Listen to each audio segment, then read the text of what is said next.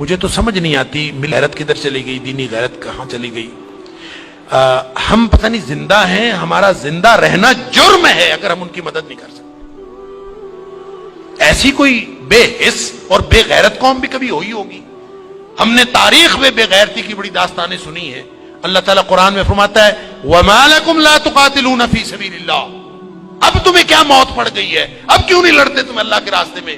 والمستضعفین من الرجال والنساء والولدان الذین یقولون ربنا اخرجنا من هذه القرية الظالم اهلها۔ پوری دنیا پر ظلم کی داستانیں ساری دنیا دیکھ رہی ہے۔ مسجد اقصی کو آگ لگا دی گئی ہے، ہماری بچیوں کو، بہنوں کو، بیٹیوں کو وہ اپنے گھٹنے کے نیچے لے کے بیٹھے ہوئے ہیں، تصویریں سوشل میڈیا پر شیئر ہو رہی ہیں، بچے چھوٹے چھوٹے قتل کیے جا رہے ہیں، کسی کو غیرت نہیں آ رہی۔ مجھے تو یوں لگتا ہے یہ ہماری نمازیں، ہمارے سجدے کیسے قبول ہوں گے؟ ہم جو مجرم ہیں جو آرام سے بیٹھے رہیں، کیا کریں؟ بے بسی کی انتہا ہے۔ میرا دل یہ کر رہا تھا کہ میں پاکستان کے جو حکمران ہیں، اگر 58 اسلامی ملکوں کے حکمرانوں کو تو ہم کچھ نہیں کہہ سکتے، اپنے ملک کو حکمرانوں کو تو کچھ کہہ سکتے ہیں کہ حکمرانوں اور فوج کے سپہ سالاروں، اگر تم ان کی مدد کر سکتے ہو تو کرو، ذمہ داری تو تمہاری ہے۔ نہیں کر سکتے نا تو ہمیں ایک جہاز میں بھر کے وہاں بھیج دو، کم از کم ہم عزت کی موت ماری جائیں، کم از کم جا کے ہم وہاں پہ ان کے ساتھ شہید ہو جائیں، اللہ کو قیامت کے دن ہم اور نبی کریم صلی اللہ علیہ وسلم کو چہرہ دکھانے کے تو قابل ہو کہ اللہ ہمیں ایک غیرت تھی، ہمارے اندر کوئی ملی اور دینی غیرت تھی۔ تو دعائیں ہو رہی ہیں، وہ کوئی کہہ رہا ہے کہ اللہ تو کو ابابیل بھیج دے اور ان کی مدد کر دے، کوئی دعائیں کر رہا ہے، کوئی دعائیں کر رہا ہے۔ اس طرح کے لوگوں کی دعائیں اللہ قبول کوئی نہیں کرتا۔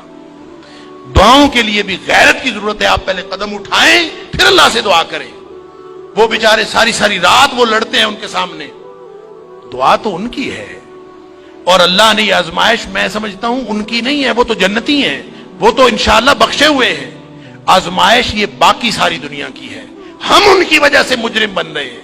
اللہ تعالیٰ معاف فرمائے۔ تو یہ جب قاری صاحب پڑھ رہے تھے تو مجھے خیال آ رہا تھا کہ اللہ ان بیچاروں کے پاس طاقت نہیں ہے، وہ پتھر اکٹھے کر کے بیٹھے ہیں، توپوں بندوقوں کا مقابلہ پتھروں سے کیسے ہوگا؟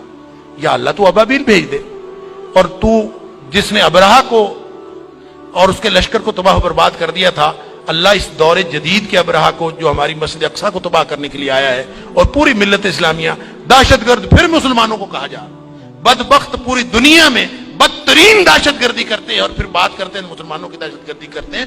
میں تو سمجھتا ہوں پورے 58 اسلامی ملکوں کو اعلان جنگ کر دینا چاہیے، لڑتے لڑتے مر جانا چاہیے، اس زندگی سے وہ موت بہتر ہے۔ ہم نے کیا کیا ہوا ہے؟